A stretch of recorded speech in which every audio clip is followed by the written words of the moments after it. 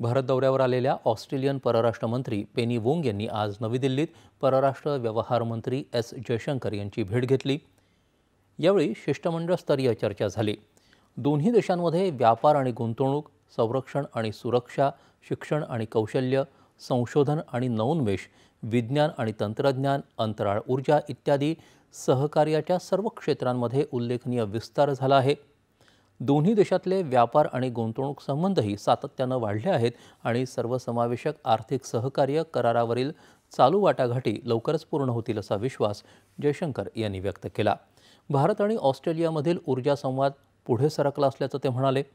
दरम्यान अफगाणिस्तानचे उद्योग आणि वाणिज्य मंत्री अलहाज नुरुद्दीन अजीजी यांचीही आज दिल्लीत परराष्ट्र मंत्री एस जयशंकर यांनी भेट घेतली।